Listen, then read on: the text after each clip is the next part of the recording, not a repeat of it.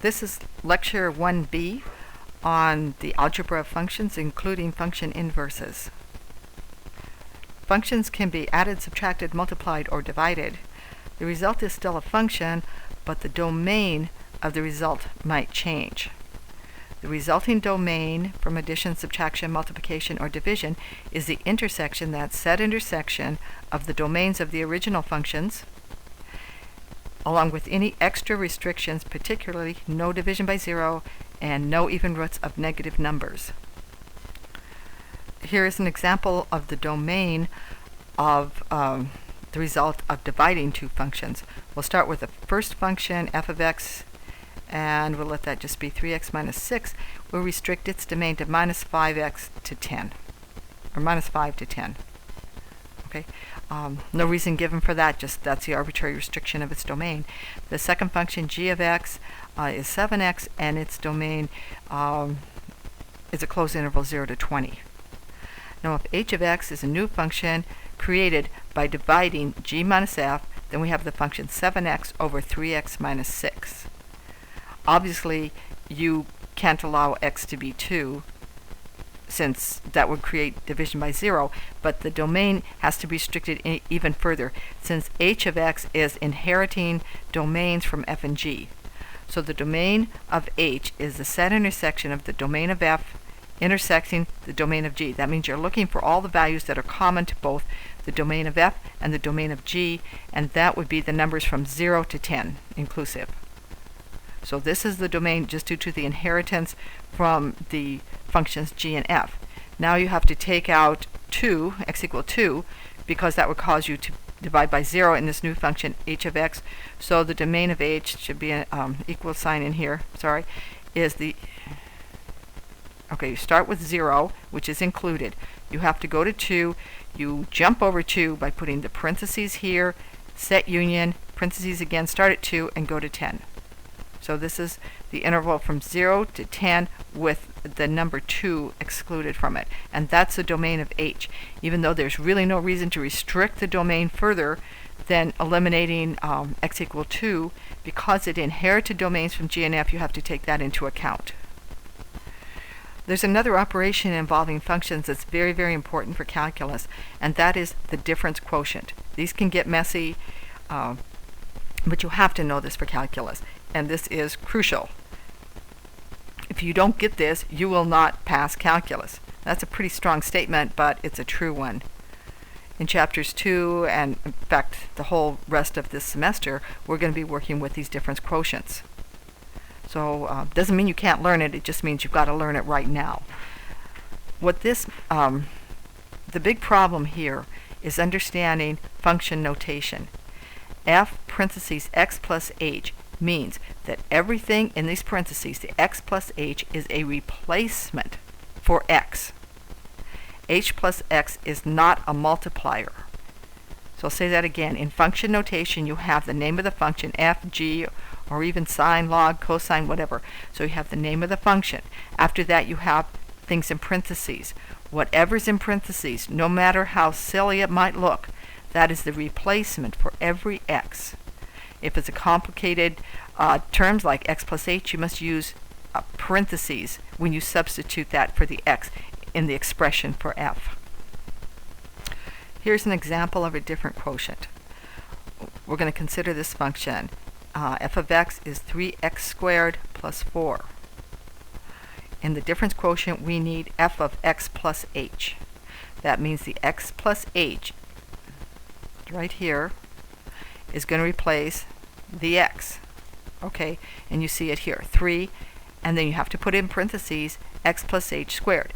If you just simply wrote 3x plus h and squared whatever, the x, I guess that would not be right.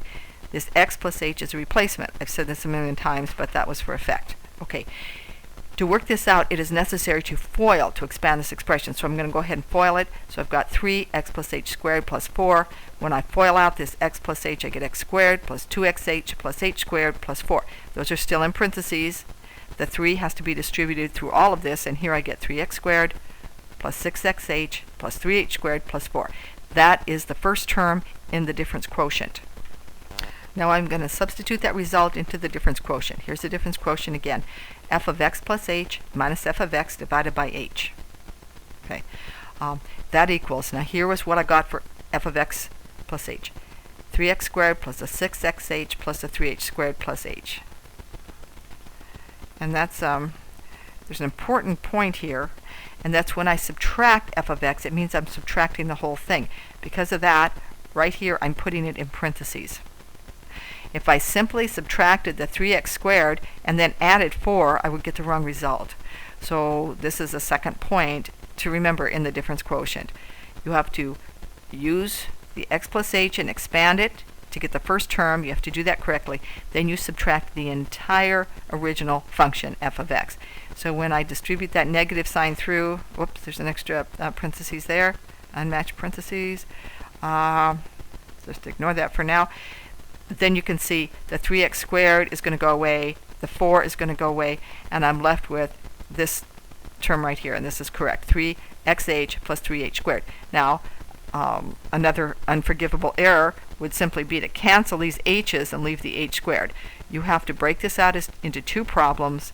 So you get 6x for the first term, and for the second term you get 3h, and that is the answer for the difference quotient. So there were three things to do in this. First, proper use of the f of x plus h for the function notation. The second is that you subtract the entire original function. And third, when you get down here to the last part, that you perform the division properly. The next topic in the algebra of function is the operation of composition, which is unique to functions. That's not seen in numbers. It's not seen in variables by themselves. It is written f composed with g, and then x is here. X is here as again as a function notation. It's the evaluation of the new function f composed with g.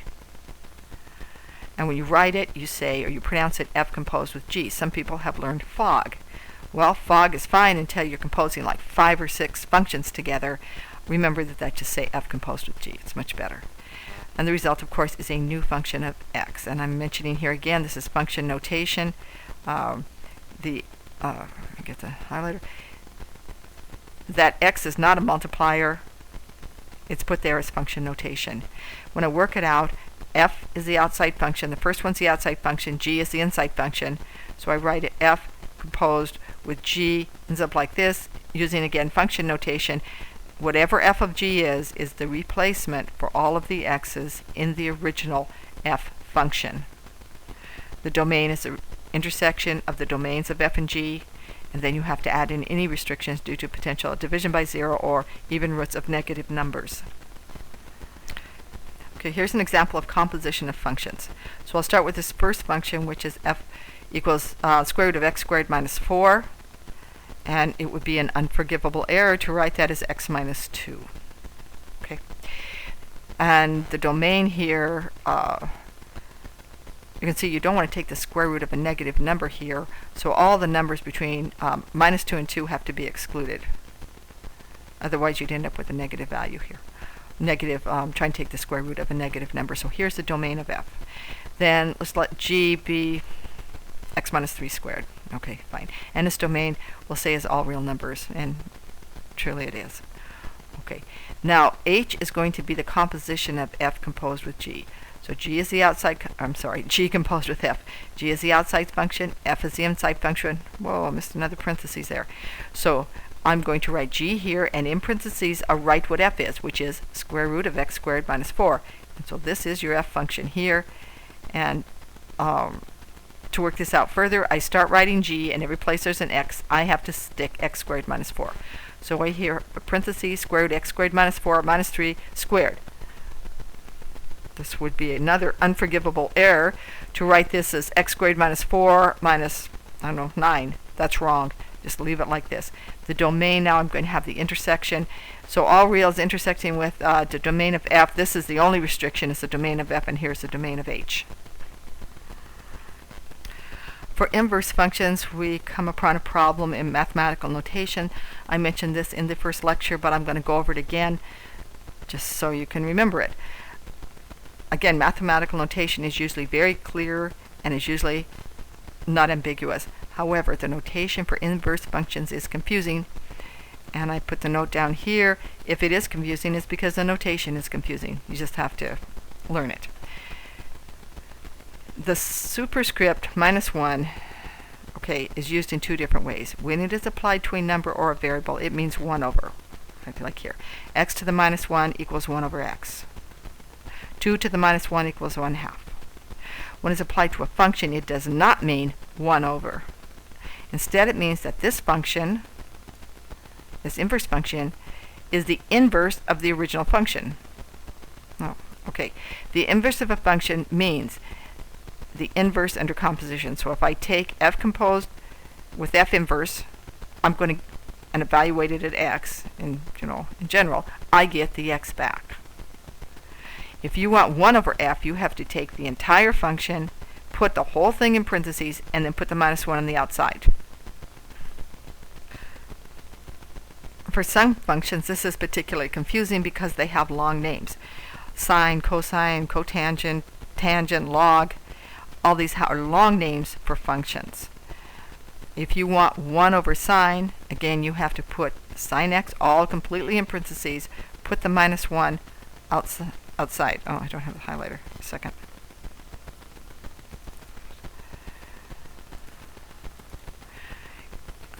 Oh, that didn't work. Let me try it again. Okay. But if you write instead sine and put the -1 here of x, that means the arc sine. It means the inverse function, inverse sine function. I'm pointing that out for two reasons. First, to point out the notation of the -1, and the second, to point out yet one more time that some functions have long names. Sine, cosine, log, ln are the classical examples of functions that have long names. They're still treated as though with the same idea of function notation. The inverse in math has to do with the operation. The additive inverse is the negative. So if I have x and I add 2 to it, if I subtract 2, that's the additive inverse, I get the x back. If multiplicative inverse is a reciprocal. If I have x and I multiply by 2, then if I multiply by 1/2, or rather divide by 2, then I get the x back. That is the inverse. There are problems with finding inverses. First, if you multiply by 0, there is no inverse.